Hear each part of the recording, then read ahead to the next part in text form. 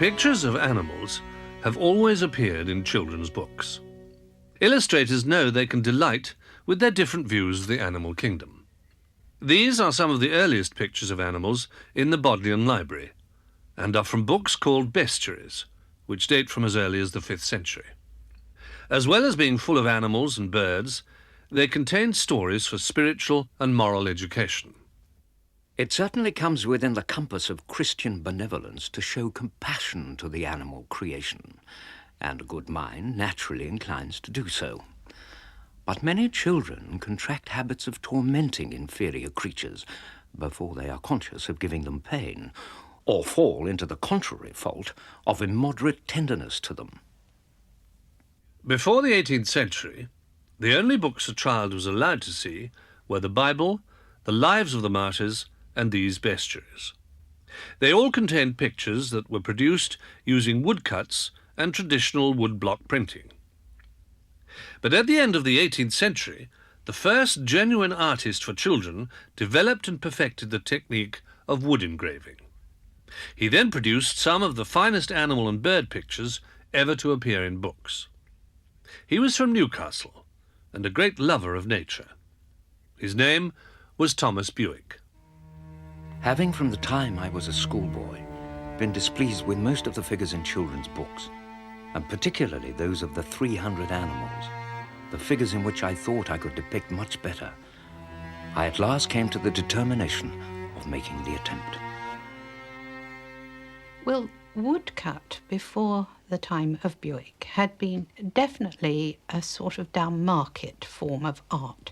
It was particularly associated with ballads and sort of popular material and chapbooks, and it was somewhat despised. Parents would not wish to buy those sort of books for their children illustrated by woodcuts because they had this somewhat popular connotation, and if the children saw them, which I'm quite sure they did, they would have reached the children through the servants' hall or the nursery maid or something.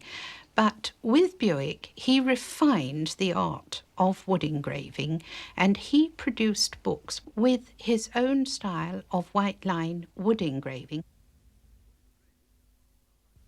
Wood engraving, unlike the woodcut, is done on the hard end grain block of the wood. Bewick had invented a new graving tool to perfect his art. He made a very fine art of it indeed, and his pupils and successors took up the form of wood engraving that he had started and brought English book engraving to its absolute peak. Bewick is best known for his book on British birds, and there you have to show the feathers and the details. Now, he could do that with his style of wood engraving, but the woodcut tended to give mass and form, and not line.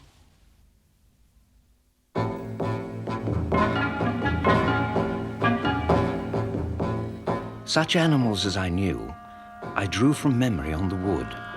Others were copied from other naturalists, and also from the animals which were from time to time exhibited in shows.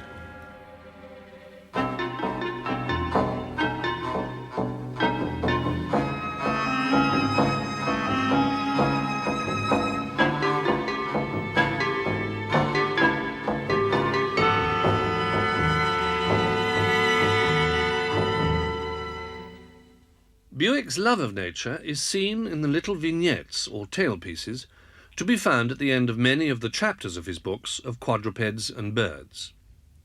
They are scenes of 18th century rural life, some humorous and some grave. They show his unique gifts and skill as an illustrator.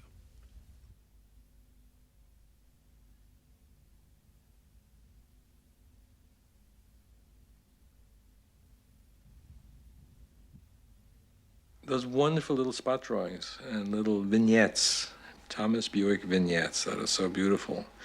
I mean, they're so unpedantic, they're so full of, they remind me of Stubbs, too, who went beyond, way beyond his subject.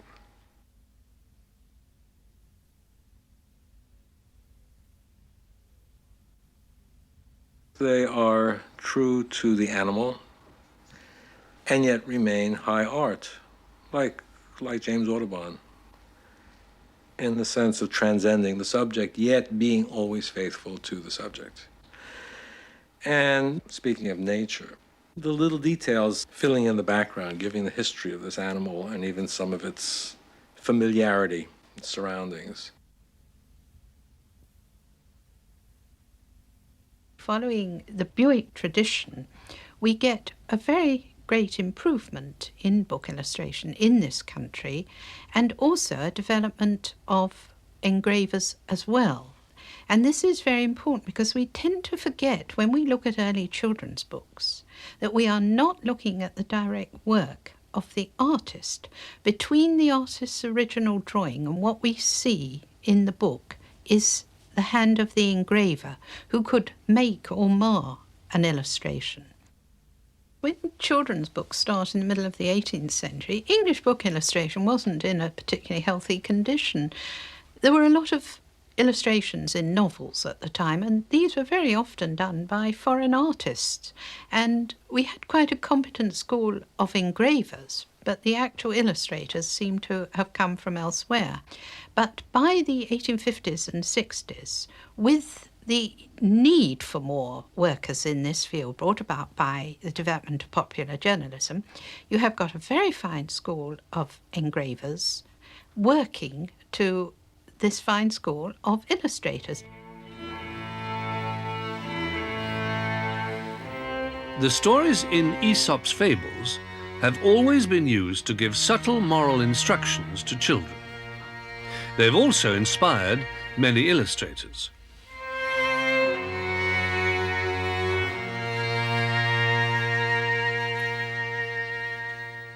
The animal story, which is what it is to a large extent, goes right through literature, European and Oriental literature alike. And the thing we notice with illustration, for the most part, of fables is they are not animals that people are portraying. They are really people under the guise of animals, and most they really have are the heads or the limbs of animals. Their behaviour is essentially that of humankind, and that is the point they are making. The quality of book production improved in the second half of the 19th century, and children's illustration found a new freedom. Illustrators developed personal styles, which we can see in their interpretation of animal stories. In the 1850s, Charles Bennett put his animals into the fashions of the day. He showed off human mannerisms and used wry social comment. He retold traditional fables.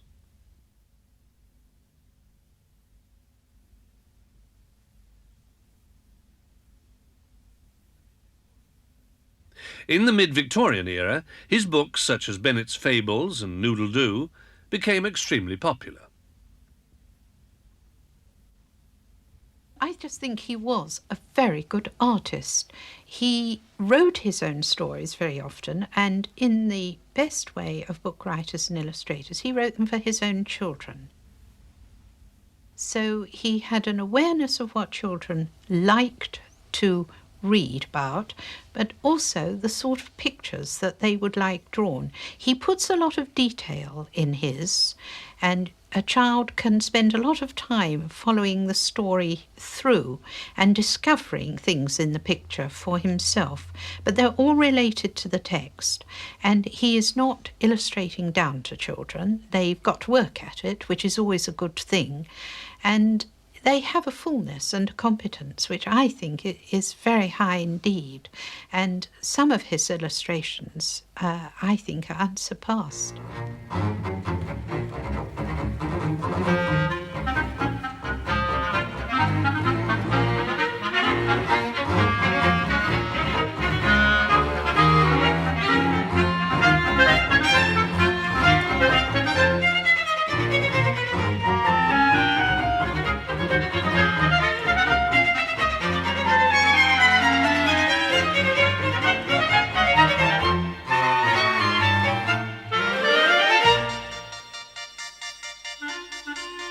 In the late 1860s, these pictures were being produced by a highly individual artist, the Frenchman Ernest Griset. He illustrated books such as The Hatchet Throwers, Aesop's Fables, and Griset's Grotesques, which often parodied the Victorian fashion for exploration and travel.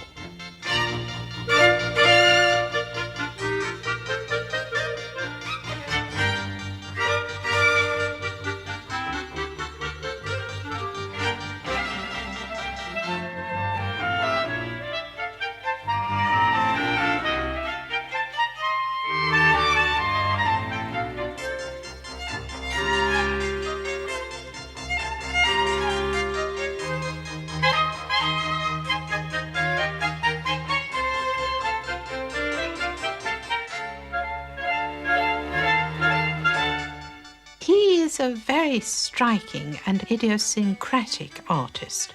You couldn't put him in a school, but you would always remember his illustrations. And his creatures, he does have this twist of caricature, an overemphasis, but it's always very dramatic in his illustration. And again, he too does not need colour. He can make his point quite strongly in black and white.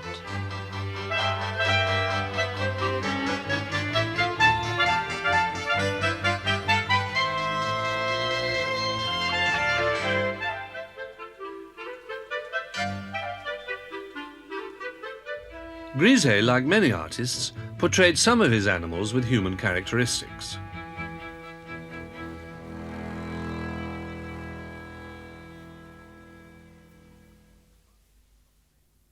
The copy of Aesop's Fables illustrated by Griset in the Opie collection was given by Queen Victoria to her daughter Princess Beatrice, an indication of Griset's immense fashionability at the time.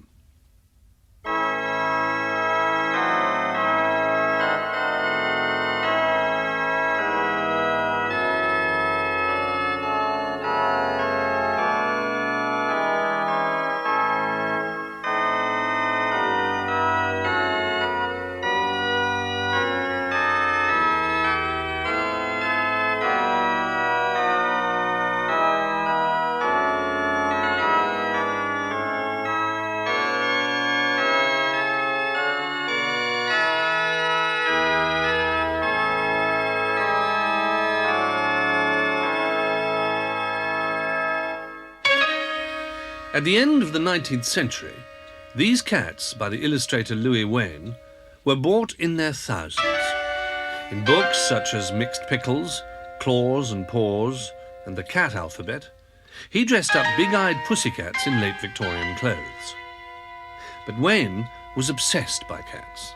They eventually drove him mad, and he died in a mental hospital in 1939.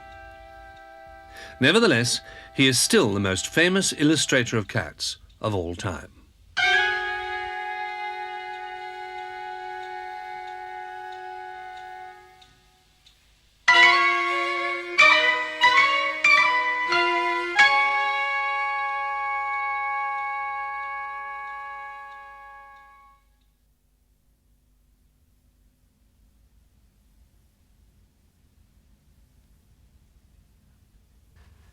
These happier pictures from the first decade of the 20th century are by the artist Leslie Brooke.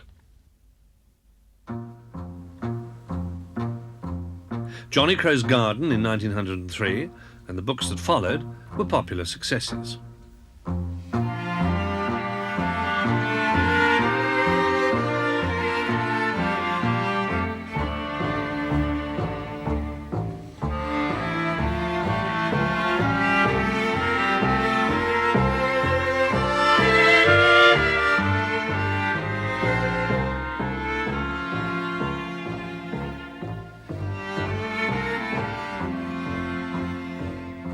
Brooke's animals are affable and clubbable and epitomise the Edwardian era in full swing.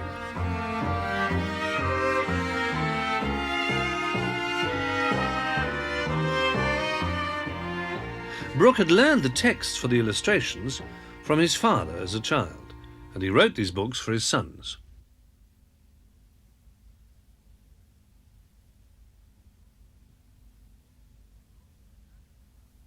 Brooke was a fashionable artist who was at his best in black and white, and it's his use of line that makes his pictures so strong.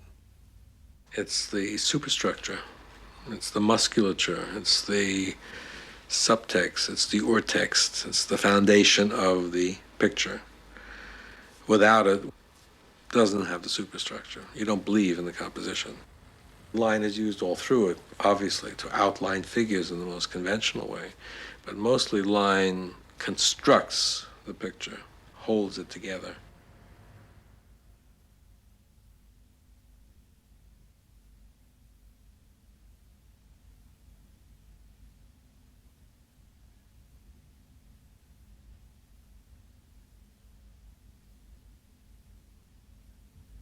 Leslie Brooks' popularity was to be overtaken in the early years of the 20th century by one of the greatest writers and illustrators for children, Beatrix Potter. I think she's one of the great artists of this century, and what I think about her in particular is that she too makes no concessions to children. She paints as if she was painting for herself, and her work is based entirely on her own personal studies. She drew animals accurately because she knew animals and she'd practiced drawing them from life for a long time before she wrote her little books. And she saw them without sentiment. She sees them living their own life. There were no bad or good animals in Beatrix Potter. Mrs. Tittlemouse can have creepy crawlies in her little home, just as you would find in an underground chamber of any little animal, and she thinks none the worst of them. And she also has this accuracy. She was greatly influenced, of course, by Caldecott, and she has his feeling for blank space. She's not afraid to leave space, as Caldecott himself did. But whereas Caldecott's backgrounds are idyllic, pseudo-Georgian England that never was, Beatrix Potter's backgrounds are very firmly anchored in a particular locality or building which you can go to today and find unchanged, which is also part of her charm. She's not good on figures. One has to admit that when she comes to draw human figures, she's not good. But leave her to draw animals and they're superb.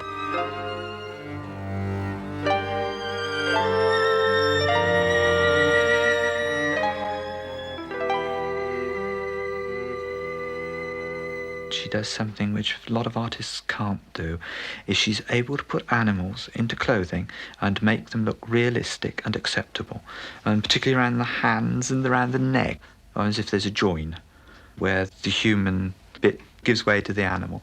She's able to do that, but you don't look at it consciously. I mean, it's just there and you accept that she is competent and able to do it. And of course, she's one of those wonderful things, the author-illustrator. And she knows what she wants to convey. She's not only a great illustrator, she's actually a very, very fine writer. She's one that uses a very economical and quite demanding text for children. And she thought very carefully and very hard about what she wanted to do, what the end product was. She was very careful about size, what sort of size she wanted her pictures, and the shape the book was going to take and whatever. So she involved herself in that. To begin with, Beatrix Potter was nervous about her talent as an author and illustrator, and so she published the first Peter Rabbit book herself. It was in black and white.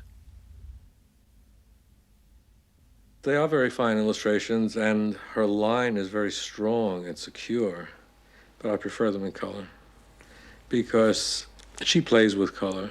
She does things in color that are not automatic or unthought out. I think of the tension built up in Peter Rabbit. There is a lot of anxiety in that story. Tend to take it for granted, but it reaches a peak of anxiety, and when you don't know whether Peter's going to make it or not, and then he runs into the white cat sitting by the fish pond. The white is so threatening because it's an absence of color. It's almost a signal that Peter might not get out of the situation alive. His father didn't, after all. He might just be another helpless rabbit. That is so cleverly situated and composed. And you know she figured it out. I mean, she knew what she was doing. She's a great, great artist. And I think, in a funny, paradoxical way, being a children's book artist has done her more harm than good, because she has been reduced in size.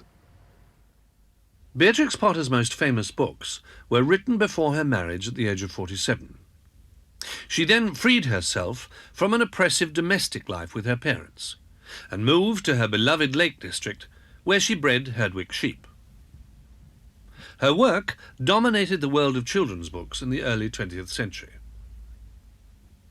But in 1926, one of the most famous books for children, Winnie the Pooh, was published. It was illustrated by E.H. Shepard, who became the second great artist of animals this century.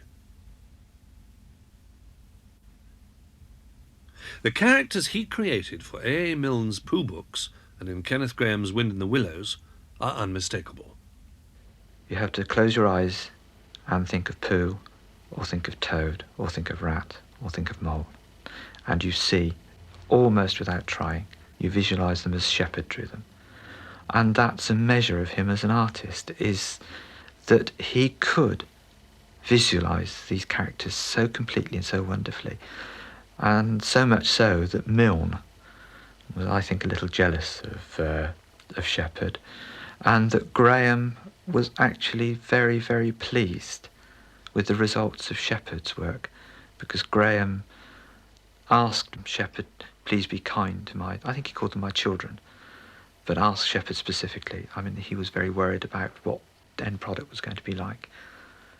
Shepard also leaves a lot out, and if you look at his rural views, and I think he's very much a rural artist, you imagine a full country scene with a lot going on, but if you actually consciously stop and try and analyse what is in the picture, there are big white spaces very often where you think trees are, or there's a field. There's actually nothing. He pares it down to bare essentials so that it helps the narrative along.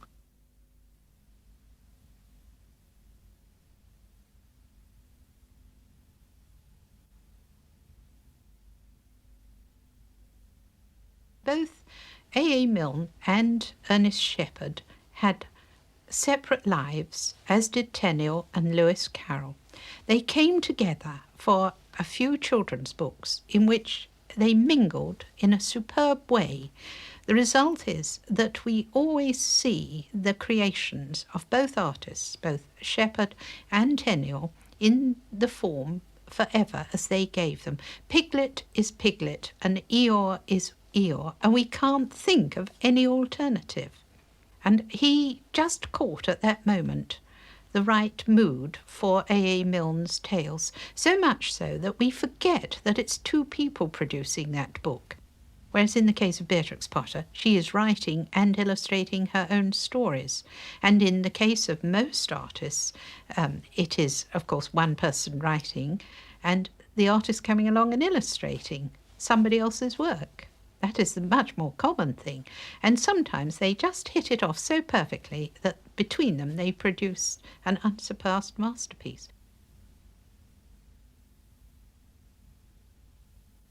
Winnie the Pooh, The House at Pooh Corner, Now We Are Six, and Shepard's illustrations for The Wind in the Willows were all published between 1926 and 1931.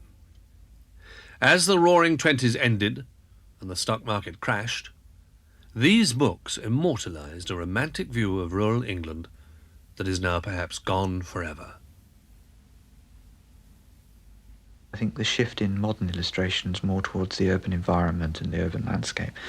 But I think that what was happening in the 19th and early 20th century is that people were moving into an urban or suburban environment, and they were looking with nostalgia back perhaps at their own childhoods, holidays in the countryside, or perhaps some of those that lived in the countryside or lived in small towns or villages where the countryside was very close, and that they looked back at that and wanted to recapture some of that and to communicate that feeling. So I think the great artists are working as much for themselves as they are for their public.